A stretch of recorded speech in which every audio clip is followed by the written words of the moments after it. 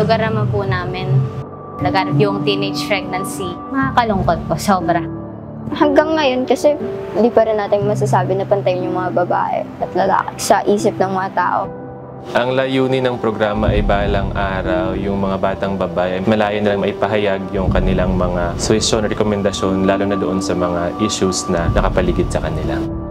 Ilalayo natin, talagang makita natin na nagtitake ng space yung ating mga batang babae.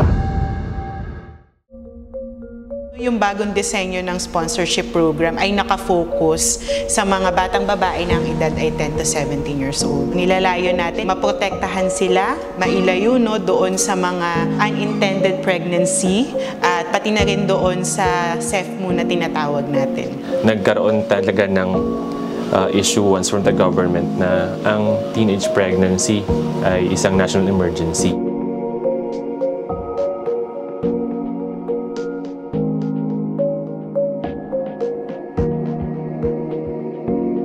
Mga marites manggad anak pud sa ako kay kanang istoryahan ko nila tapos tungagan nilang istorya. Gusto ko kanang peaceful kanang muli chismosa. Nawawalan kami ng chance muli na makapag-aral at makapagtapos at makamit yung mga pangarap namin. Kasi bata ka, tapos nag-aalaga ka rin ng bata. So, isa sa mga strategy na gagawin natin ay yung tinatawag nating Family Development Approach or FDA. Bibigyan natin ng mga capacity building yung mga miyembro noong household tungkol sa child protection, karapatang pambata. Kaya mas gusto pa dyan ako mag-save the children. Tabang siya musukol jud ka, di jud ka mapadaog-daog. Yung matutulong po ng FDA sa mga kabataan po, mas mapalawak po yung knowledge ng mga kabataan para po mas maging matalino kami sa pagbuo po ng mga desisyon namin sa buhay na pwede pong makaapekto sa amin sa pagdating ng araw. We are seeing this as an opportunity for children and their families to start talking about their plans collectively. Mas na-emphasize po yung kahalagahan po nung komunikasyon. Mas na-open na po namin yung mga issue na hindi naman po namin natatakel sa mga nagdaan. Mas naging close kami ng nanay ko dahil po sa FDA. Pahalagan sila, mahalin, at kung ano man ang karapatan nila ay may bigay at sa kanila.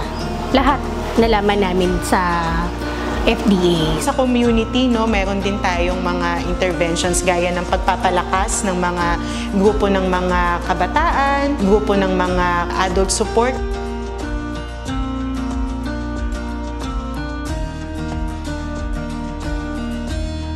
Ito po ay samahan ng mga kababaihan. Go-organize kami ng mga programa dito sa aming city.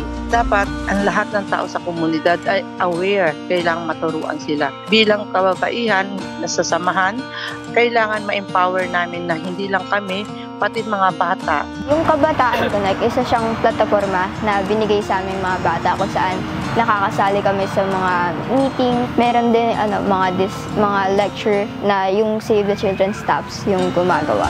Tungkol siya sa unang-una yung karapatan ng mga bata, sino ang bata, yung role ng gobyerno, ano yung dapat na deserve naming mga bata na dapat ginagawa rin ng gobyerno. Maganda na kami, mga babae, yung naging leader para makagawa kami ng desisyon na hindi kino-consider yung gender namin na para siyang hindrance. Lastly, meron din tayo para doon sa ating mga institution. So, yung mga partners natin na sa government ay mabibigyang diin o kaya naman focus yung mga issues na kinakaharap ng mga bata, lalo na yung mga batang babae.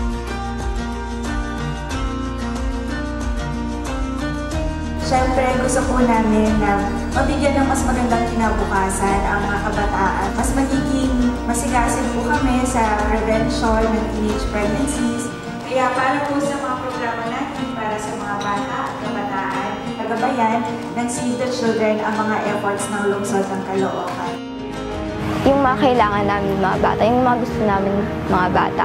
Walang ibang mas nakakaalam, kundi kami lang din mga bata. Hindi kami titigil hanggat hindi na ibibigay yung espasyo na yun para sa mga bata, lalo na sa mga batang babae. doon sa kanilang mga tahanan, sa eskwelahan, sa komunidad at lalong-lalo na sa gobyerno.